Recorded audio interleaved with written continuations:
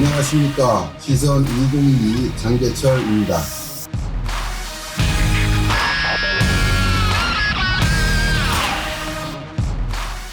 안녕하십니까. 이봉관입니다.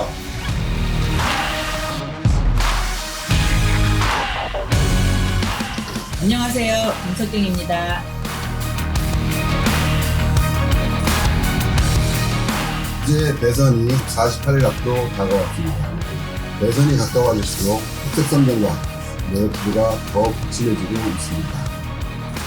정권 교체를 열망하는 국민들에게 올바른 정보를 전달하고 분열과 분노의 정치, 일대 정치를 종식시키기 위한 발걸음에 부응하고자 2년 전에 진행했던 장재철의 시선 2022를 대한민국의 미래를 결정할 대통령 선거를 앞두고 다시 진행하기로 했습니다. 많은 관심과 격려 부탁드립니다. 구독, 좋아요, 알림 설정은 큰 힘이 됩니다.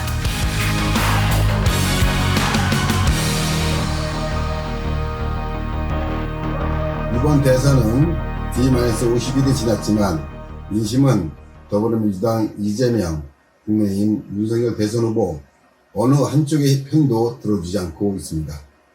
국민의당 안철수 후보의 약진과 국민의힘 민주당 양쪽의 약재나 조사 방법 차이 등을 영향으로 두 후보의 지지율이 엎치락뒤치락하고 있습니다.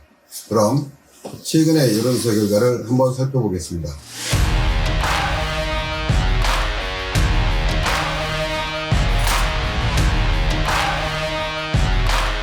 네, 윤석경입니다. 과거에는 대선 50일 전이면 보통 선거 결과가 가늠되었습니다. 지난 2007년과 2012년, 2017년 대선을 돌이켜보면 선거 50일 전 여론조사 1위 후보가 자연스럽게 대통령에 올랐습니다. 판세가 예측 가능한 선거였다는 의미입니다. 2012년 대선 54일 전 한국갤럽 조사에서 박근혜 새누리당 대선 후보의 지지율은 37%로 25%의 안철수, 21%의 문재인 민주통합당 후보를 넉넉히 앞섰고 박근혜 전 대통령의 실제 득표율은 51.6%였습니다. 2017년에도 대선 54일 전 조사에서 지지율 33%로 1위를 한 문재인 더불어민주당 후보가 최종 득표율 41.1%를 기록하여 이변 없이 승리했습니다. 예외로 2002년엔 대선 53일 전 조사에서 18.1%의 노무현 새천년 민주당 후보가 2위인 23.6%의 정몽준 무소속 후보와 단일화로 33.8%의 이회창 한나라당 후보를 누르고 대통령에 당선되었습니다. 대선 50일을 전후로 조사된 각종 여론조사에서 하락했던 윤석열 후보의 상승세는 분명히 보입니다. 여러 개의 여론조사 기관의 조사 결과 윤석열 후보와 이재명 후보가 오차 범위 내로 초접전 양상을 보이고 있습니다. 지난 연말부터 올해 초까지 이어온 당내 갈등이 잘 봉합되고 선대위를 개편하면서 수직 낙하했던 지지율이 다시 정상 궤도로 올라오고 있는 것으로 나타나고 있습니다. 다만 아쉬운 점은 당내 갈등으로 인해 안철수 후보의 지지율 상승의 빌미를 준 것이 향후 윤석열 후보의 지지율 상승에 부담으로 작용할 수 있다고 생각됩니다. 그럼 최근 여론조사를 살펴보겠습니다. 먼저 지난 15일과 16일 이틀간 실시된 TV조선과 조선일보가 공동으로 실시한 여론조사 결과입니다.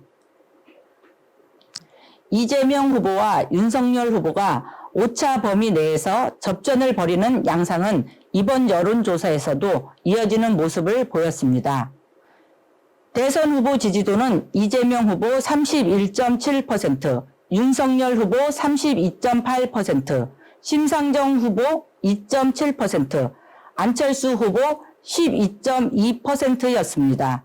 이번 조사에서도 정권 교체로는 57.9%로 직전 조사보다 3.4% 올랐습니다. 다음은 SBS가 넥스트 리서치에 의뢰해 1월 15일과 16일까지 조사한 결과입니다. 먼저 대선 후보 지지도는 이재명 후보 32.9%, 윤석열 후보 31.6%로 격차는 1.3%, 오차 범위 안에 있습니다. 이어 심상정 후보 2.7%, 안철수 후보 12.7%였습니다. 중앙일보가 엠블레인 퍼블릭에 의뢰한 지난 15일, 16일 진행한 조사에서 윤석열 후보는 35.9%, 이재명 후보는 33.4%였습니다. 윤석열 후보가 오차 범위 내인 2.5% 차로 앞섰습니다. 윤석열 후보는 지난해 12월 30, 31일 같은 조사보다 지지율이 5.9% 상승했고 이재명 후보는 6.0% 하락했습니다. 안철수 후보는 5.5% 상승한 15.6%, 심상정 정의당 후보는 1.7% 하락한 4.0%였습니다. 자세한 내용은 중앙선거 여론조사 심의위원회 홈페이지를 참조하시면 됩니다.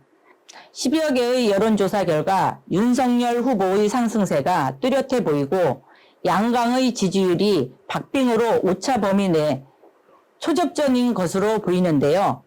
향후 MBC의 윤석열 후보 배우자 김건희 씨 녹음 방송의 파급력과 TV토론, 단일화 등이 주요 변수로 남아있는데요.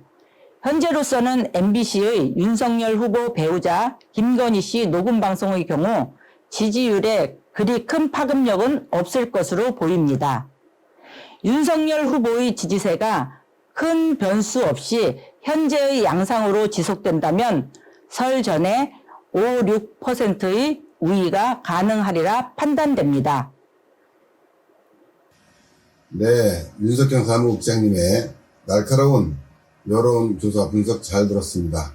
다음은 윤석열 후보의 주요 일정을 이봉관 경기도당 부위원장님이 소개하겠습니다.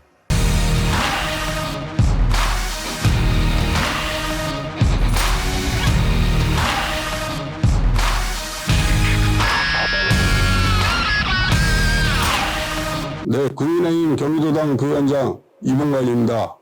지난 12일 경기도 일산 킨텍스 전시장에서 국민의힘 경기도당 선거대책위원회 필승 결의대회가 개최되었습니다. 시의원에서도 저를 포함하여 장재철 당협위원장과 윤석경 사무국장 등 다수의 당원들이 참석해서 경기도당 당원들의 뜨거운 정권 교체의 열망을 함께 느꼈습니다. 이날 국민의힘 윤석열 후보는 인구 1350몇 명이 사는 경기도는 대한민국의 정치, 경제, 문화, 환경, 안보에 이르기까지 모든 영역의 심장이라며 이재명 후보 측이 자행한 부정부패의 실체를 반드시 파헤쳐야 한다고 밝혔습니다. 윤석열의 위치는 현장의 뜨거운 분위기 속에 이재명 경기도 성남시장 시절 성남시는 비리위와 부패의 투정판이 되었다며 저 윤석열이 경기도를 제대로 살리겠다고 밝혔습니다. 또한 윤석열 후보는 민주당의 기초위기까지 장악한 경기도에서 이렇게 씩씩하게 당을 지켜주시고 고된 투쟁을 함께해온 여러분께 저와 당이 보답할 길을 정권 교체라 생각한다며 우리의 모두의 힘을 합쳐 정권 교체를 이루고 경기도의 희망을 만들어야 한다고 강조했습니다. 네, 이봉관 경기도당 부위원장님 수고하셨습니다. 저도 국민의힘 경기도당 선거대책위원회 필승결의대회에 함께 참석했었는데요. 그날 윤석열 후보의 경기도 발전 공약도 발표했었죠.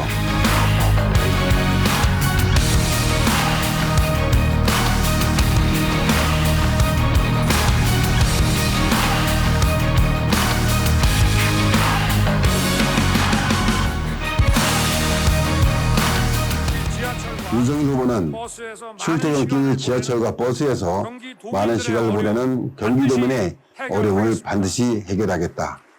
GTX DEF 노선을 신설해서 서울 도심까지 30분 시대를 열겠다. 동서남북 광역교통망과 일기 신도시 재건축 리모델링을 신속하게 추진하고 4차 첨단 산업 3단을 구축해 경기도를 획기적으로 발전시키겠다고 강조했습니다. 도심 없는 자영업자를 벼랑 끝으로 몰고 간 주먹구구식 방역 대책을 반드시 고치겠다고 말했습니다. 윤석열 후보는 최근 생활 밀착형 공약 시리즈인 성렬시의 신큰 약속과 59초 쇼츠 공약도 매일 발표하고 있습니다. 그 내용 잠깐 영상으로 함께 보시겠습니다. 이거 큰일인데. 본부장님 표정이 왜 이렇게 안 좋으세요? 아니, 우리나라 출산율이 0.83명이라는데 산모들을 위한 정책이 너무 부족한 것 같아요. 산모들께 어떤 도움을 드릴 수 있을까요? 우선 산후우울증 치료를 도와주면 좋을 텐데요. 우리 윤영 씨도 산후우울증으로 고생 좀 했걸랑요. 맞다! 마침 나는 국대다투 수상작 중에 좋은 게 있는데. 일반 병원에서 산후우울증 치료 시 정부가 지원하는 정책, 그거? 맞아요. 지금은 보건소에서 등록한 산모만 진료할 수 있거든요. 저출산 문제는 돈 아끼면 안 되죠. 정부가 지원해 주자고요. 괜히 나는 국대다투 우승작이 아니죠. 콜! 일반 병원 진료로 산모 마음 챙기고! 어떤 산모든 마음의 질병 없이. 후보님, 추진할까요? 오케이, 빠르게 가! 좋아요, 구독. 알림 설정. 개준석이 살 좀. 멈출 수가 없어. 대표님, 개준석이라고 아세요? 개준숙이요? 커뮤니티 좀 끊고 일 좀 하세요. 보니까 댓글에 개준석이 살 좀 빼라 그러던데. 그런 의미에서 체육비의 소득공제 어떨까요? 체육비? 헬스장이나 필라테스 같은 실내 체육시설 이용료 말이죠? 네, 국민 건강 챙기고 자영업자 살리고 일석이조 아닌가요? 돈이 좀 많이 들지 않을까? 국민 건강 증진되면 미래 의료비도 절약되니까. 결국 이익이 더 크다는 거죠? 후보님께 보고할까요? 후보님, 추진할까요? 좋아, 빠르게 가! 좋아요, 구독. 알림 설정. 윤석열 후보는 이날 신큰 약속 7번째 공약으로 온라인으로 부동산 등기부 등본을 뗄 경우 무료로 열람하거나 발급받을 수 있게 하겠다고 밝혔습니다.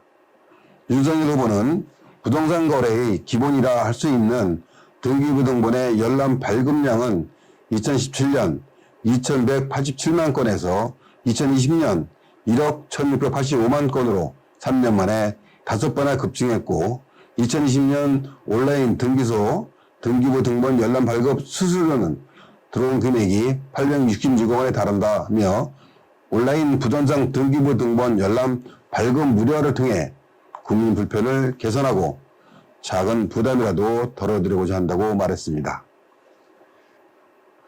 이준석 대표, 원희룡 정책본부장과 함께 출연한 59초 영상에선 KBS를 사례를 들며 영상 아카이브 오픈 소스 공개 등을 통한 공영방송 정상화 방안을 제안하기도 했습니다.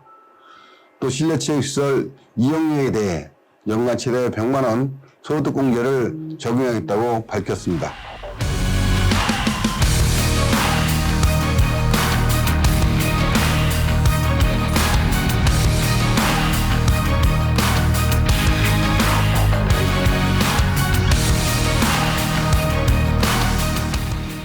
지난 16일 그 MBC에서 김건희 대표와 서울의 소리 이모 기자와의 그 7시간의 통화 내용 중 일부를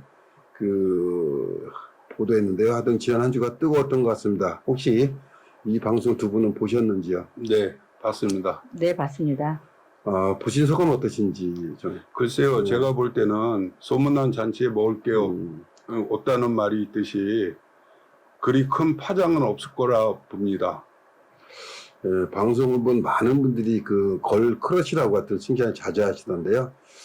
하여튼 그 방송을 보신 후에 그 팬이 됐다고 계시는 분도 계시고, 그 팬카페에 가입이 이제 많이 하셨던 것 같은데, 그 김건희 대표의 팬카페 그 권사랑에 기존의 회원이 한 150명 정도 있었는데, MBC 방송 이후에 2만여 명이 가입하셨다고 하더라고요. 하여튼 그 김건희 대표에서 여장부라는 그런 평가도 있기도 하고요. 제가 봤을 때도 별 문제는 없었는데요. 다만 미투를 희화한 점은 같은 여성의 입장에서 조금 아쉽지 않았나 하는 생각이 듭니다. 네. 네, 저도 그 부분에 대해서는 아쉬웠는데요. 김건희 씨가 사과 서면도 하셨죠? 예, 사과 서면도 한 상태고 당에서 당 지도부에서도 그 부분에 대해서는 유감을 표한 상태입니다. 그렇죠. 예. 잘 마무리된 것 같습니다. 대선이 이제 48일 남았습니다. 대한민국의 운명을 결정하는 중대한 시기입니다. 자유민주주의와 시장경제의 위기입니다. 국민의힘은 변화와 혁신을 통해 잘못된 정치의 근본을 바꾸고 대한민국의 새로운 도전에 희망을 만들기 위해 최선을 다하겠습니다. 정권 교체로 국민 승리의 시대를 열겠습니다. 청년들이 희망을 꿈꿀 수 있고 자녀들을 안심하고 기를 수 있으며 누구나 노력하는 만큼 꿈을 이룰 수 있는 대한민국으로 나아가는 길에 국민 여러분이 함께해 주시기를 부탁드립니다. 열렬히 성원해 주신 국민 여러분, 뜨겁게 지지해 주신 당원 동지들께 깊이 감사드리며 윤석열과 함께하는 압도적 정권 교체를 위해 국민의힘에 후원해 주십시오. 연간 10만 원까지는 연말정산 시 전액 세액공제로 환급받을 수 있으며 1회 10만 원, 연간 120만 원까지는 익명으로도 후원 가능합니다. 국민은행 067501-04-088071 예금주 국민의힘 중앙당 후원회 후원금 송금 시 송금자 옆에 시흥으로 기입 부탁드립니다. 감사합니다.